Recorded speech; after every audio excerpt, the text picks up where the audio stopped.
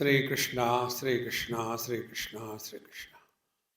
Gurur Brahma, Gurur Vishnu, Gurur Devo Maheshwaraha, Guru Sakshat Param Brahma, Tasmai Shri Gurave Namaha, Tasmai Shri Gurave Namaha. Life has two expressions. Life means life of human beings, animals, plants, gods, good people, bad people, in this continent, in that continent. Life in general have got only two expressions. One is get involved, second is get withdrawn. Other than these two, there is nothing third. So, whatever we do or whatever we don't want to do, both of them are aimed at getting happiness. Nobody does anything to become miserable. See? For example, uh, one day in UK it happened, my meditation retreat was going on, and one elderly Britisher asked me this question. He said, Mr. Swami, I am from India. Mr. Swami, you people, why you don't get married? So I kept quiet. He himself replied, after all, happiness is not everything in life. Meaning, I said, I have not understood what you are telling. He said, there are two types of people in this world.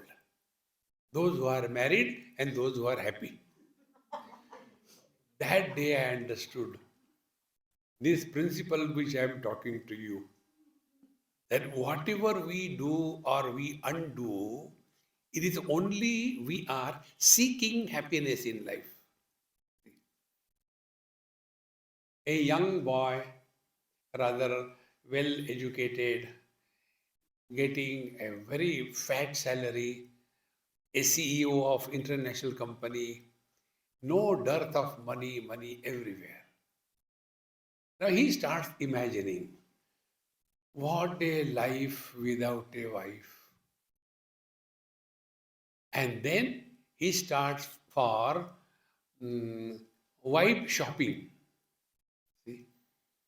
And finally he decides, okay, if I get married to her, I will be happy. Meaning what? He has confessed that now he is not happy. Otherwise, why we should? See? Unless we have hunger, we will not think of eating food. Unless there is a sense of incompleteness, we will not like to add anything to us. So this boy, healthy, nice, everything fine, free to move around the world, just starts thinking, what a life, I should get married. Now what for is getting married? For becoming miserable? Think about it. Nobody gets married in life to become miserable. Nobody gets. Hey, why you want to get married? I want to become miserable. No, I want to become happy. Okay. And then he gets married and continues for a few years. And then he realizes, I think I was better off when I was single. See? So earlier he was getting involved. Now he starts rethinking. See? And then he wants to separate. So separation is also for happiness. He doesn't want to separate for misery, only for happiness. So he separates. Then again he is alone. Again he starts thinking, I think whether I have made it a hurry decision, I think, so what we are doing in short in life, we are struggling to get happiness. We are struggling to seek happiness. Contrary to that, if we change our approach to life, don't seek happiness, but express happiness.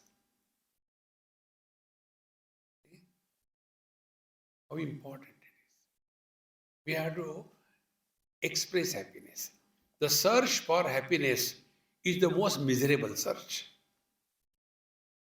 When we say, I am searching happiness, I want happiness, that means I have confessed, I am bankrupt as regards happiness is concerned. I am miserable, therefore I want happiness. Instead of that, discover happiness that we are. Don't seek. Seekers are beggars. See, those who are rich, they distribute. See, friends. And this can come only by a simplest technique. The technique is we have to learn from every experience of our life. This is what has been my complete life. Only learning from every experience. Wherever you go, you can see the things you can learn. From every event, from every interaction. Now, how this learning process allows us to express happiness in our life. Now, once I went to Darjeeling. You may be knowing Darjeeling tea is very famous throughout the world. And in a tea garden, that person was a good friend of mine. He took me to his garden. So in his office, everything was so nice. And there was one nice sticker on the very entrance door of his office. It was written there, life is like a cup of tea, depends how you make it.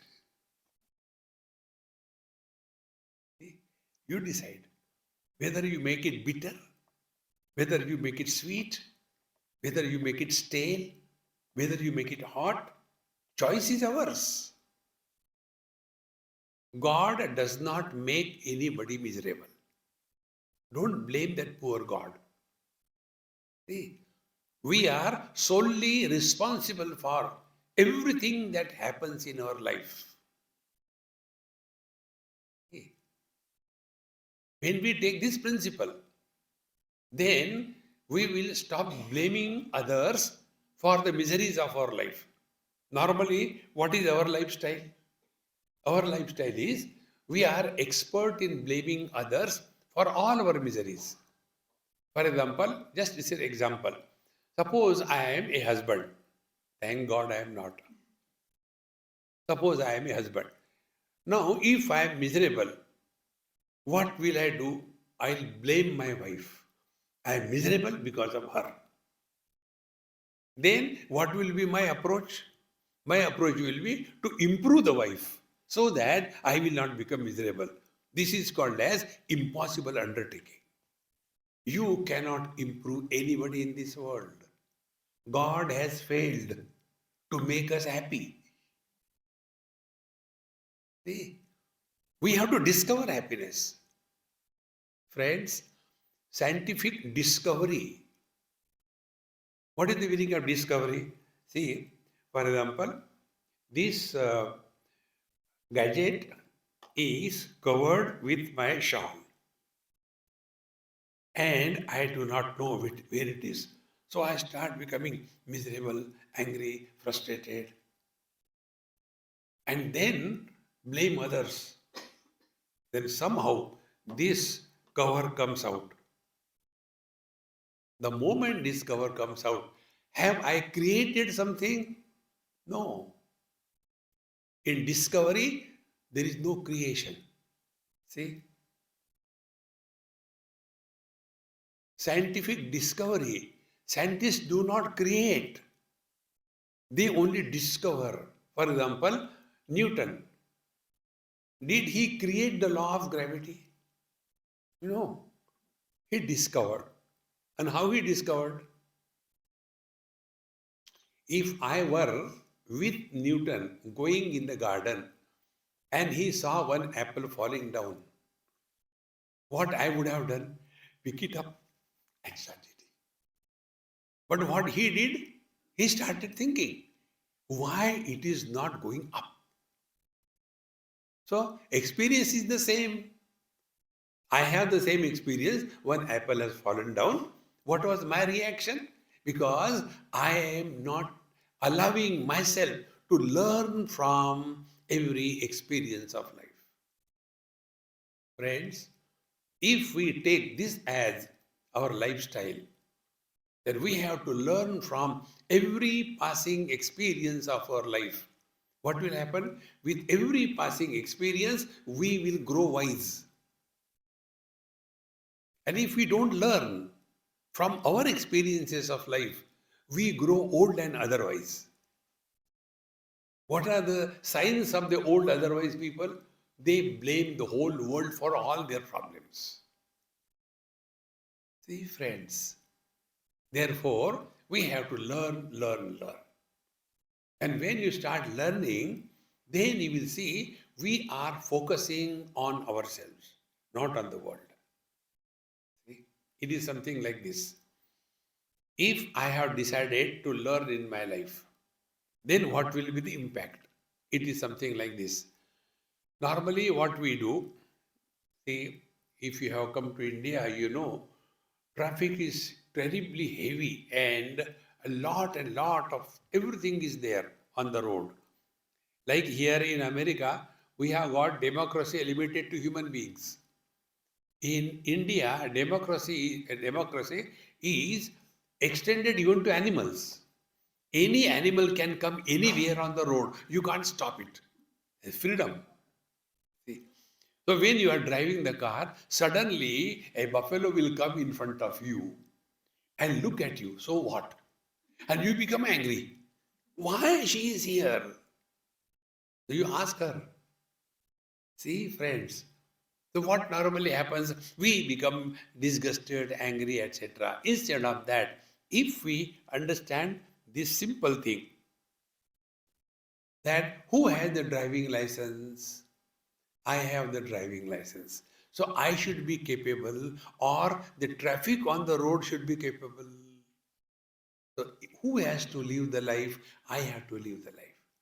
So I am solely 100% responsible for everything that happens in my life. So the first step to discover happiness in life is we must stop blaming anybody for the miseries of our life. We have taken a bold step. Now the second thing. One day one person asked me, Swamiji, you are moving around the world. I keep on moving. Last 40 years, I must have gone around the globe for more than 50, 60 times. All the continents. So one person asked me this question, Swamiji, what is the secret of your happiness? You go and stay in so many people's homes, everywhere. The tradition is different, the culture is different.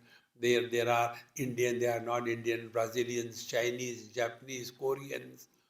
Everybody's house I go and stay. How can you find yourself comfortable? See, I told him, I said, I got a thumb rule. That rule I follow. The thumb rule is write off your rights. We have no rights on anybody in this world. We talk about our rights. No, talk about our duties. Like the great President Kennedy said, don't ask what America has given me. Think what I have given to America. The whole process of thinking will change. And all the problems are born because of wrong thinking. And wrong thinking is originated from the strong I. This is my right. It should be like this. No, we have no right on anybody in this world. Do we have right on our own mind? Like, elderly people, parents, etc.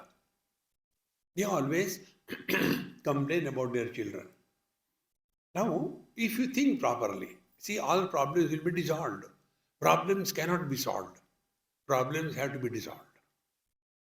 So, Who is the parents? Parents are those who are the victims of their own mind. The mind is making us dance. See, as we are the victim of our mind, equally so, the children are also the victim of their mind. The two victims are trying to control each other. Failure is guaranteed. See, friends. Therefore, when we think about happiness, now we go to the next stage in learning. Where happiness happens. I'll give you one question to think for 1 minute, 2 minutes. Who goes to sleep? Think about.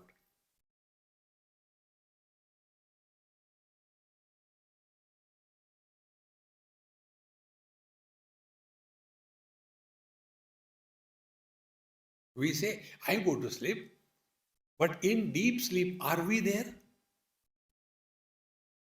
Suppose somebody is sleeping, snoring away. That time you go and talk to him. Hey John, how are you? Everything is fine with you? He will not reply. He is not there. Who goes to sleep? See? The waker doesn't go to sleep.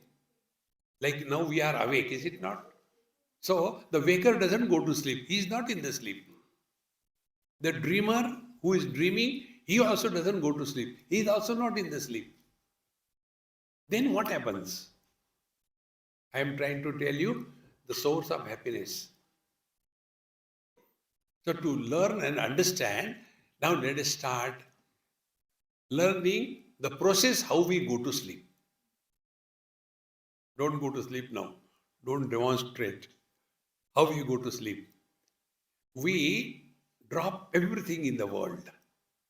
All our achievements, all our failures, everything we drop in the world. And then we come home. After we come home, we drop our home. Then we are in our room. Then after we are in our room, we go below the quilt. Then we drop that room also. And last, what is going on? Only one thought. I want to sleep.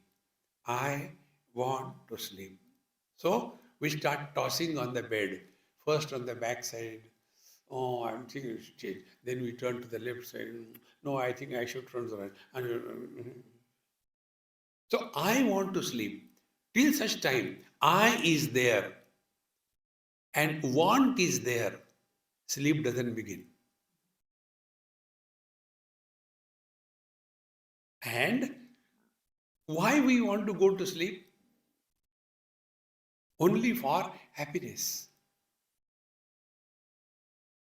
And in sleep, what do we have? We have no property, no achievements, no friends, no enemies, no nothing. To the extent, even I, who wanted to sleep, he also disappears. Then what remains is only happiness. You know, this process is like what? When we go to the bed, go to sleep, what we do?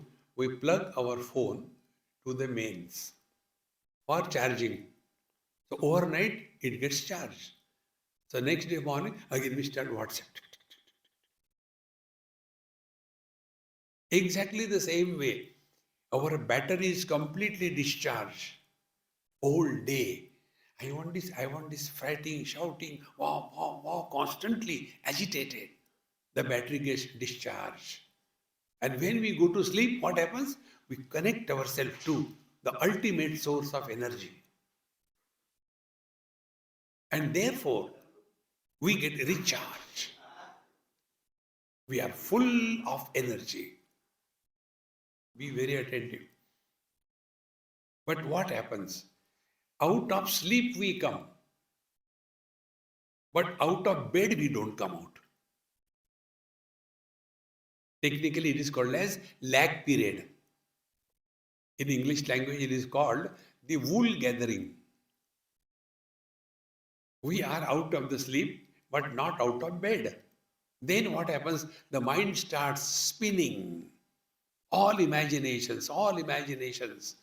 And the battery that we have charged overnight is completely discharged. And then we get out of the bed only by nature's grace. Therefore, they call it nature's call. See? And then whole day we are somehow dragging through life. Therefore, instead of seeking happiness, these small things, if we learn that if we had good sleep, overnight, charge fully, get up. And we have to begin our day in an inspired mode. Not somehow dragging through life. No. See, friends.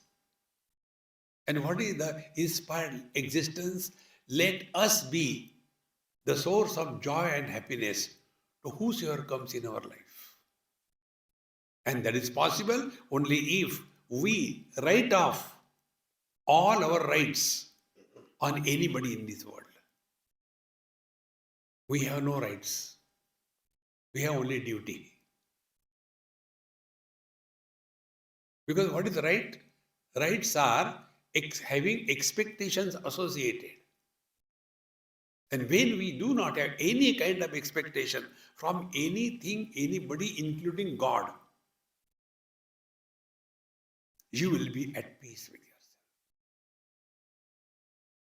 And when we start living this life, we are at peace with ourselves. Then what happens? Our dependence on things and beings is reduced to a great extent. That independence is happiness. That one absolute is happiness. In deep sleep, we are nobody. Now we are awake. Now who are we? Mother, father, brother, sister, husband, wife, in-law, outlaw, Indian, American, rich, poor, educated, uneducated. How much burden we have on our head. And when we carry any burden on our head, we cannot be relaxed. See, once in Pittsburgh, in the university, I gave a talk, and a professor of philosophy, he was there. So after my talk was over, he told me, Mr. Swami, you presented the concepts very well. I said, my dear, I disagree with you. I did not talk concepts. Concepts are subject to change. Today you are a professor, is a concept. Tomorrow you will be retired. Today you are an American, a concept. You go to India, become Indian citizen, concept has changed. Concepts are subject to change. The truth, the happiness is not subject to change. See? Now what is that? You are. Being is the reality. Becoming is conceptual. See? I am, then I become. Now take this example which I off quote. One man. I am that man, for example. Now I am referred as a son with reference to my father. I am referred as a husband with reference to my wife. I am referred as a father with reference to my son. Have I become three? I am one. So being is one, becoming is many. And these many do not exist anywhere. Think over this. Now continue further.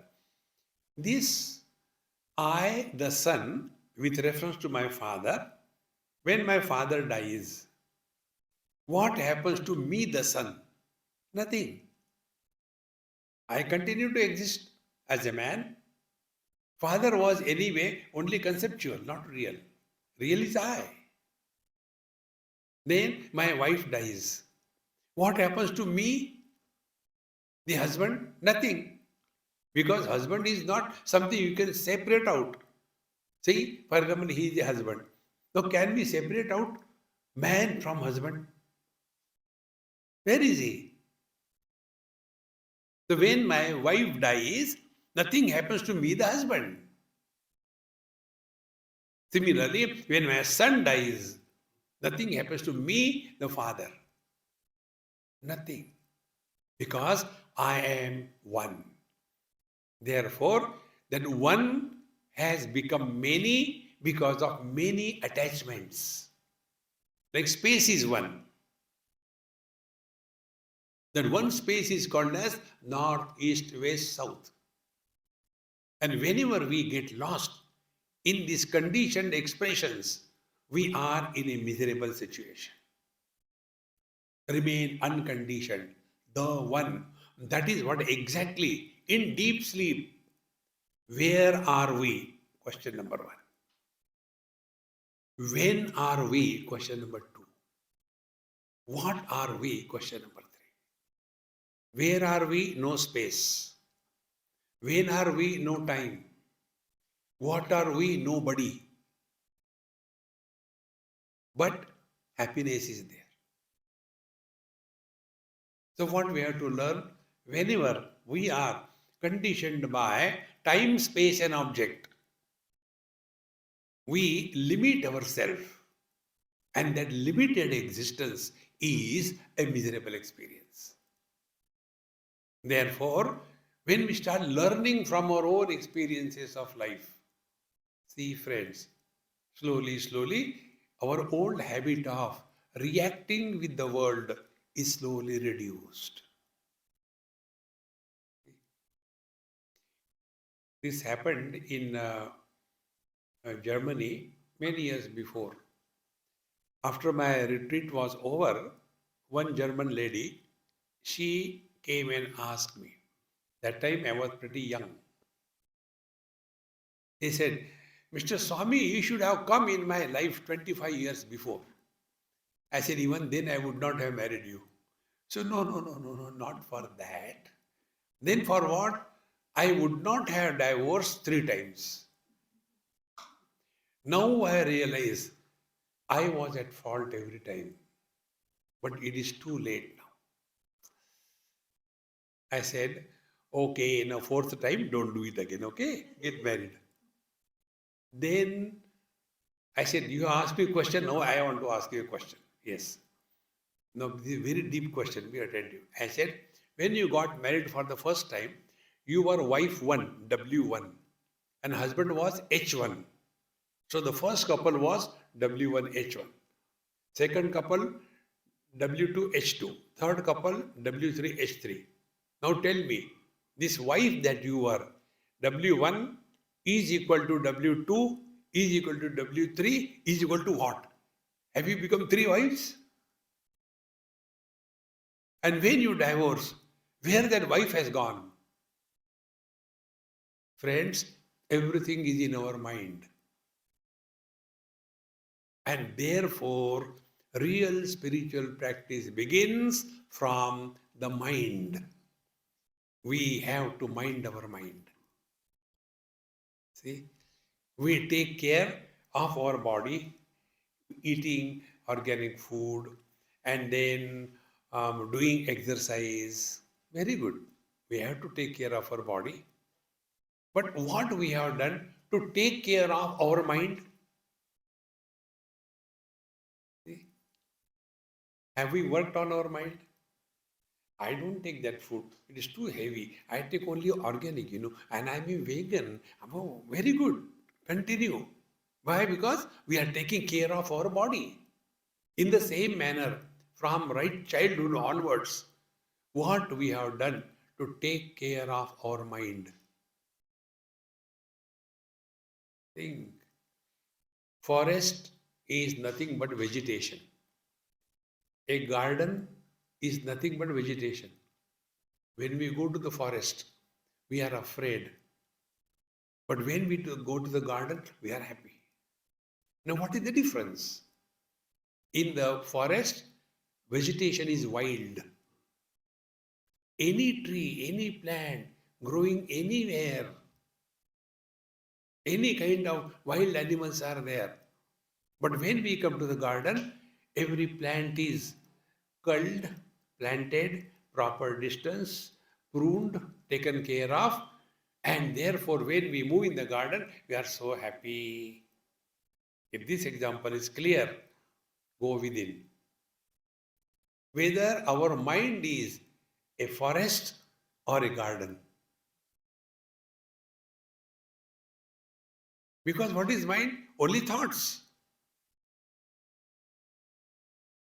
See, friends, we have organized thinking process, or because the thoughts come, we are thinkers. No. See, friends, normally what happens? We only complain about the mind.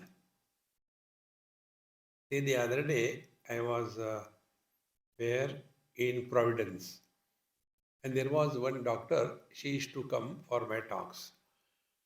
She is a psychiatrist. So I mentioned this particular thing that, in one of the places when I was giving talk, my talk was over, and one psychiatrist, she came and she said, Swami, what you told and what we do with our patient is the same. I said, there is same but different effect and result is different. I said, you make the patient talk. You don't listen to the patient what he or she is talking. And you get paid for that. I also talk.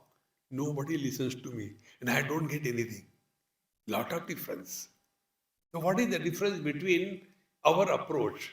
See, friends, approach is very simple. Instead of complaining about the mind, learn how the thoughts come. I'm leading you to happiness. Be attentive. For this experiment that we are doing now, we'll do one small experiment, one minute each. And then from that we'll learn. So wherever you are perfectly seated, now just take a position that you are parents or children and think.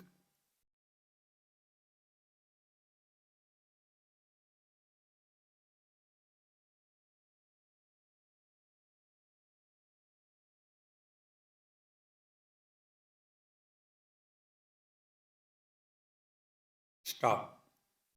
Second experiment. You are husband or wife and think.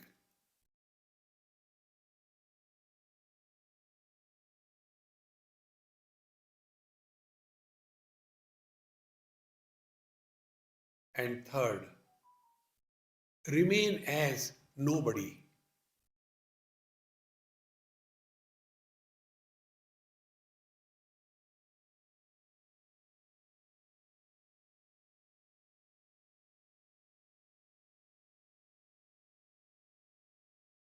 Stop. Now we'll analyze this experience. When we became parent or children, the thoughts were pertaining to children or parents respectively. When we became husband or wife, the thoughts were pertaining to wife or husband respectively. But when we remained as nobody, no thoughts. Therefore, it is rightly said, nobody is happy. Yes, nobody alone is happy. Somebody is always miserable.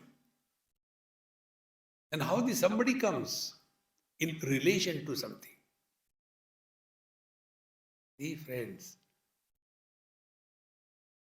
Therefore, once we recognize that the thoughts originate from the seed, that seed is called as Mr. Somebody. Then investigate.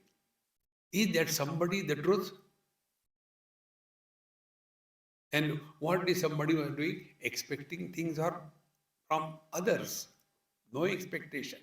Living at zero expectation level.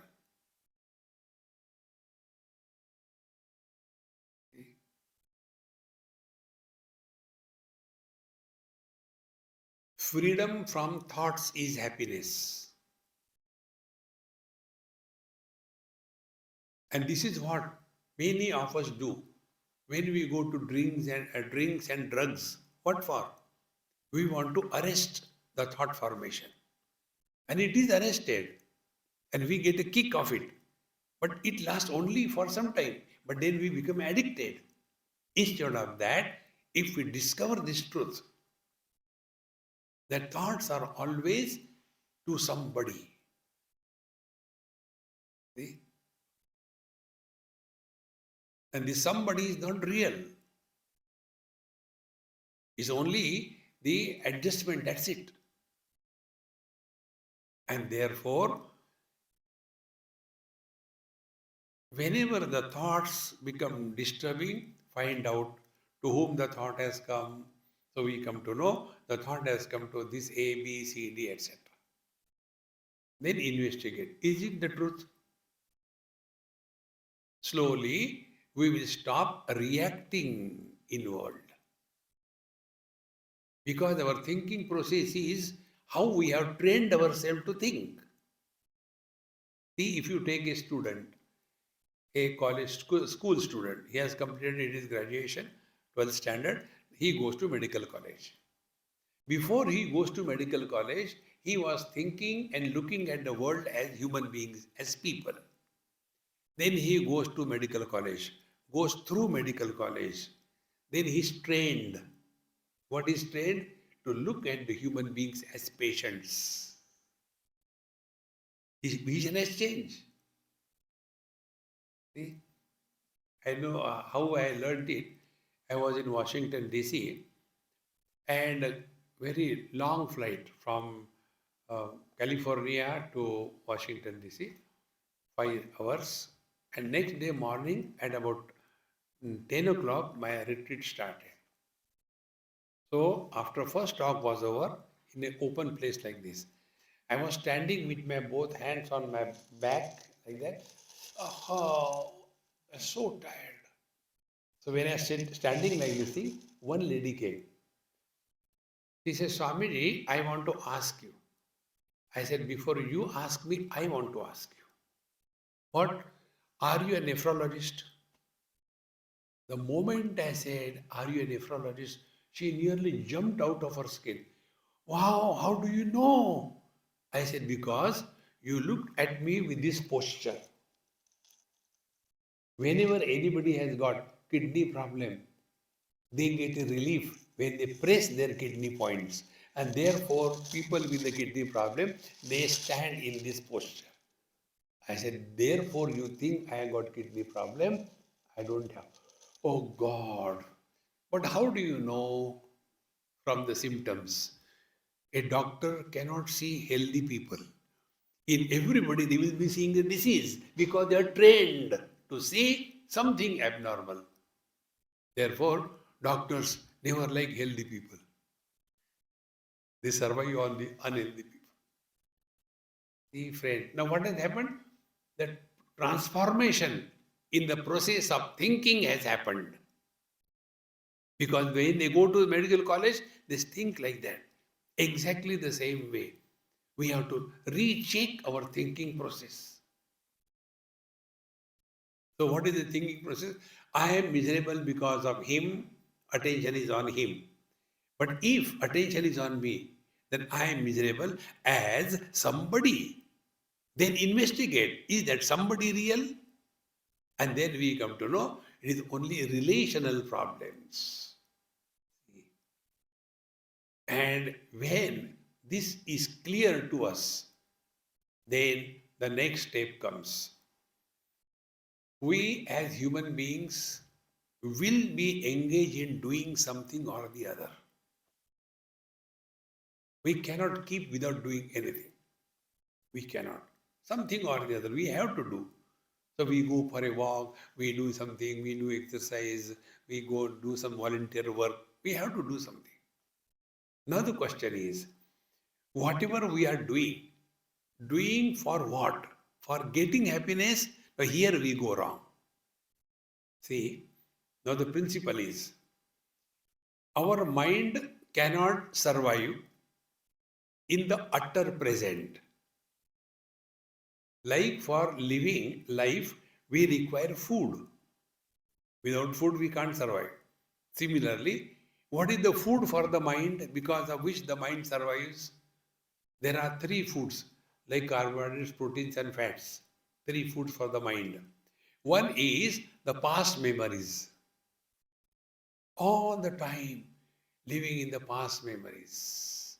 When we were children, in our time it was not like that. Why the old people are not accepted in the youngsters? Because old people are talking all the time about their past. We don't understand that nobody is interested in our past. They are concerned about their future. See, friends.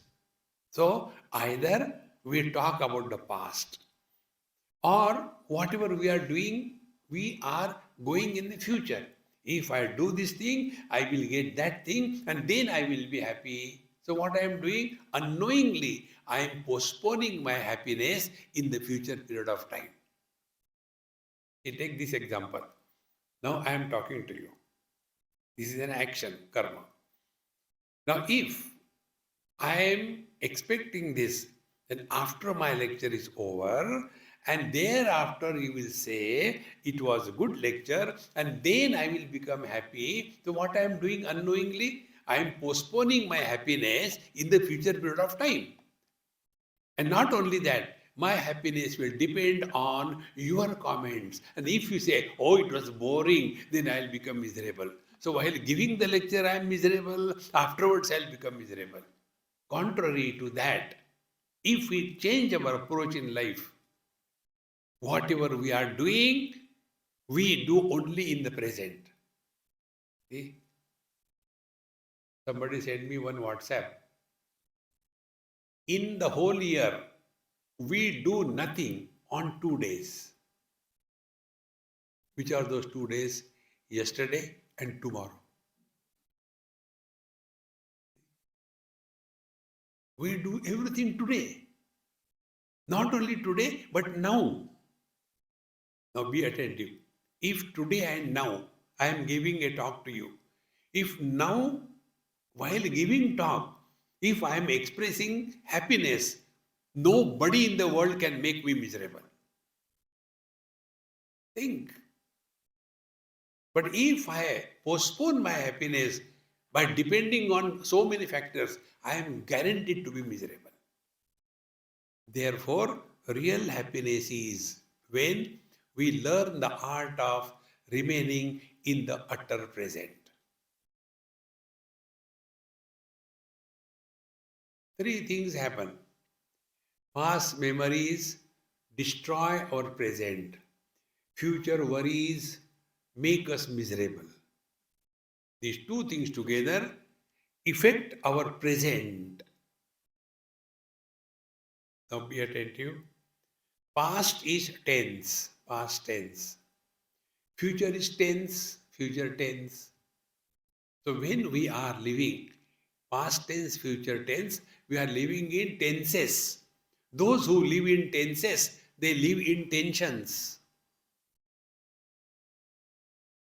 And if you drop the tensions, you are not living in the present tense.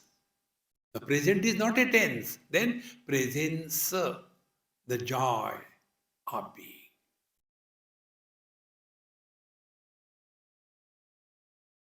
So, discover happiness, remaining in the utter present. See?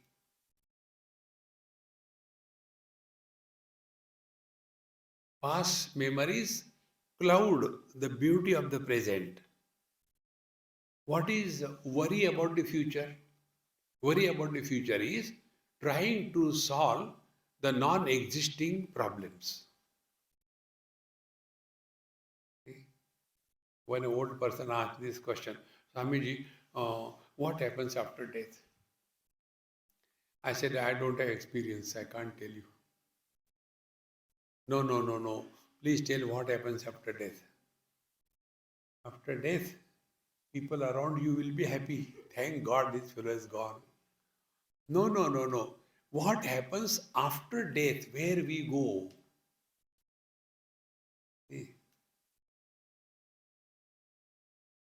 So important, friends. We never suffer because of death. We suffer because of fear of death. Our death is the only action we do because of which others suffer. We don't suffer. For example, imagine I die right now here. I'll be relaxed. Now this Amma, she has called, she was, oh my God, what to do with this fellow? He has to die now only. See, friends, death is an illusion. Nobody has ever died. See, friends, happiness is freedom from miseries. And the worst misery is the misery of fear of death. And therefore, when we thus start understanding the mind, that mind with the past and the future is torturing. When past and the futures are blocked, remain in the present. You can never be miserable in life. Therefore, one of the most important technique is don't talk about your past. This one point I like very much in America. Here nobody bothers about anybody's past. If you go to India, they will be asking you question. Like many people ask me question, Swamiji, where are you from? Where were you born? Why were you born? Was it a normal delivery or a cesarean? To whom you were born? What is the need? See, there is no need to know anything about anybody. And in this manner, when slowly we start remaining in the present, then the next step to discover and experience happiness. I'm giving you direct happiness, okay? Try. For 1 minute, do not talk to yourself.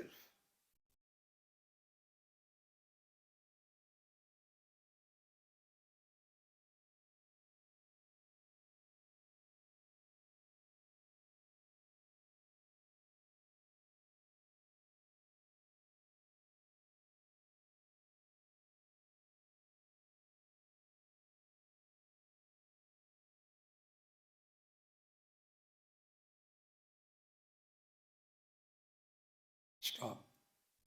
Now see what exactly has happened. Water and ice. Both are water, is it not? Solidified water is ice. Liquefied ice is water. They are not two.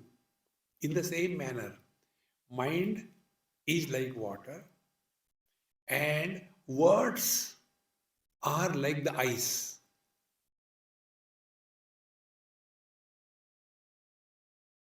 So when we don't talk to ourselves,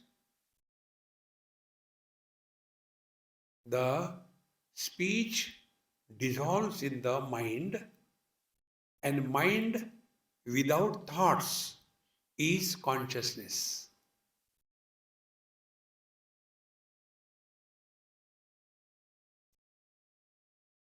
So spend some time on the simple practice.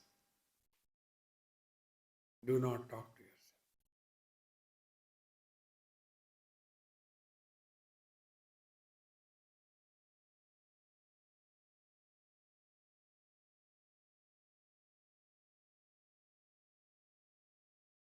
yourself. Now to make this practice still deep,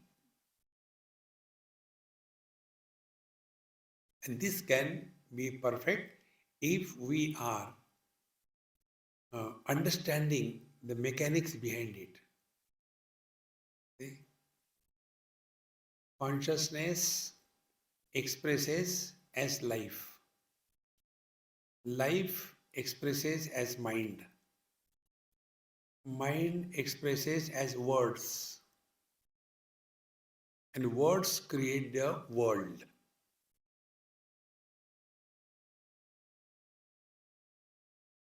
So when we stop at the words level, so the sounds are coming from two sources.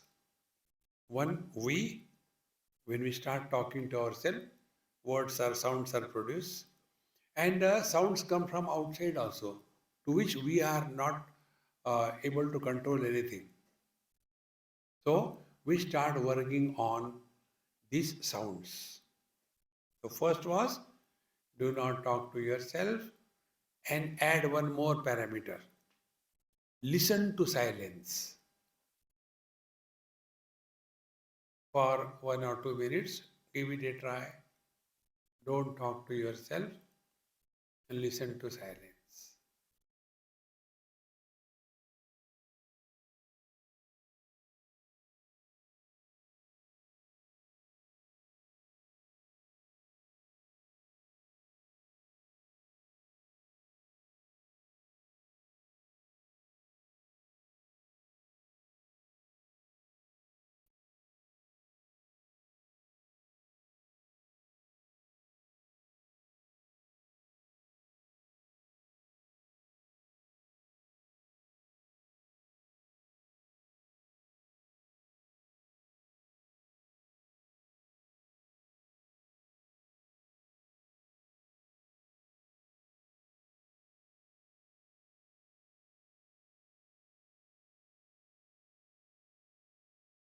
In this experience, we remain as nobody.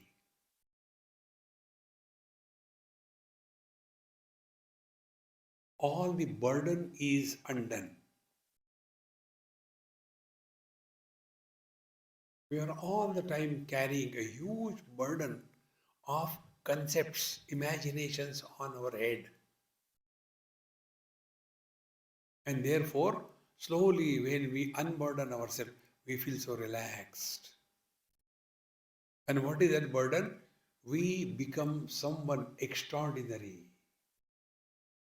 See, what are the extraordinary burdens on us? I am man, I am not woman. I am young, I am not old. I am Indian, I am not American. I am rich, I am not poor. So many things unburden. This is exactly happens when we go to sleep. We unburden.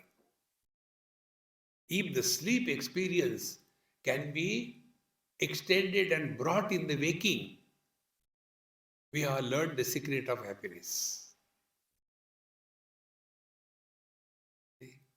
When we are in deep sleep, if somebody comes and talks ill about us, we don't reply. Why? We are not even listening to him. Let him talk. See, friends. Therefore, let us not seek happiness, but express happiness. Now, what will be the expressions of life? Expressions of life are three. Through the body, action. Through the speech, talking. Through the mind, thinking. These are the three expressions of life. So whatever we have to do, if that action is expressing happiness, two things will happen. We will not be tired. Whenever you do anything happily, you will not be tired. But when something is done as a burden, oh God, I have to do that again, and then you will be suffering in life. See? There are 2, 3 options. If you have to do it happily. If you don't want to do, don't do happily. But what we do, we follow a medium path. We show I am doing it, but inside we are revolting. Net result is acidity. So we are showing something and living something. That fractured personality is the cause of miseries. So through the body, whatever we have to do it happily, cheerfully. That's the most wonderful thing. This is an opportunity for us to express happiness. Then in that happiness, 2, 3 things happen. One thing, you are not tired. Number 2, you are not expecting anything because you are already expressing happiness. See? Then through the speech, when we talk, do we talk soft Do we talk when required? Or we keep on talking harsh and we keep on talking whether somebody wants to listen to us or not. Be very attentive. About speech, these two, three things, if we learn and try, it will help us a lot in discovering happiness. Number one, we don't talk to ourselves. Number two, before we talk to anybody, ask a question to yourself. Is it necessary to talk? I tell you, in 99% cases, we get a reply. There is no need to talk. No need.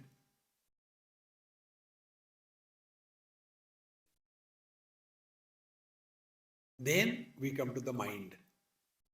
If we are thinking, think happily. A happy person cannot be destructive one. Just imagine for the sake of imagination. If I go to my girlfriend, I don't have one, thank God.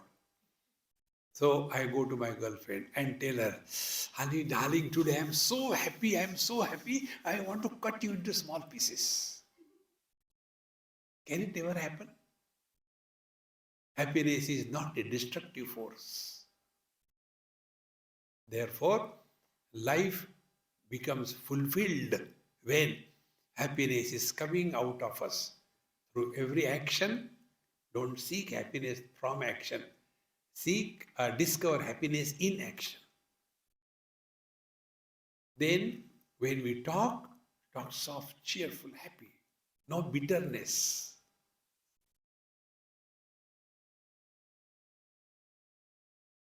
When we become angry, in one school I was talking, and one girl, she asked me this question, Swamiji, I become very angry. How to stop anger? Please tell me. I said, you are such a sweet, beautiful girl. Yes. Whenever you become angry, stand in front of the mirror. You will lose all your beauty. You will look ugly. Really? I said, yes. Anger destroys your beauty. And afterwards, she grew up, got married and all that. Now she's somewhere in USA only. She talked to me, Swamiji, do you remember me? I said, I don't remember you. Who are you? No, you came to our school. And then I had asked you this question. Then I become very angry. How to stop it? So you told me this thing, that when you become angry, look into the mirror, you look very ugly. And from that day onwards, I stopped becoming angry. Now I am here and I am so happy. I am known in my company a happy-go-lucky girl. Such a simple thing. Anger is like what? When in a experiment, in a children's experiment, I told them a story of a smoker. There was a smoker. He was so much smoking continuously, one after another, chain smoker. Anyway, why I am telling you this story, I don't know. Anyway, we'll come to the point. Children were attentive. See, there is a cigarette, there is a candle, and there is a matchbox. Now, if you give this matchbox to lit, which will be burned first? Now, the children's mind was conditioned by the story of a smoker. And then I say, okay, you tell. So, Swamiji, if that person takes the matchbox, he will lit the cigarette first because mind was conditioned by cigarette story. The other will say, no, no, no, no. He will lit the candle first. I say, now you decide. How many of you think he will lit the cigarette first? So many students. How many of you think that candle will be lit? Say, any other option? One student, he was not interested in anything. Yes, one more option. What? He will first burn the matchstick. See? Where the fire is born, that is first burned, and then others. Where the anger is born, first we are destroyed, then others. Anger is like fire. Wherever it is born, it kills that thing. Therefore, when we thus work on our mind, never express all these negativities, slowly, slowly, the mind is at peace, words are soft, actions are cheerfully, happily done. The total is life discovers fulfillment in life. Fulfillment is there are no loose ends left. If my death comes, do I have a courage to shout at her, come on, why are you late? Because life is fulfilled. There is nothing to be achieved, nothing to be protected. Life has completed its purpose. That is the story of expressing happiness in and through every expression of our life. Friends, give it a chance and be happy. ॐ पूर्णमदः पूर्णमिदं पूर्णात् पूर्णमुदच्यते पूर्णस्य पूर्णमादाय पूर्णमेवावशिष्यते ॐ शान्ति शान्ति शान्तिः हरिः ॐ श्रीगुरुभ्यो नमः हरिः ॐ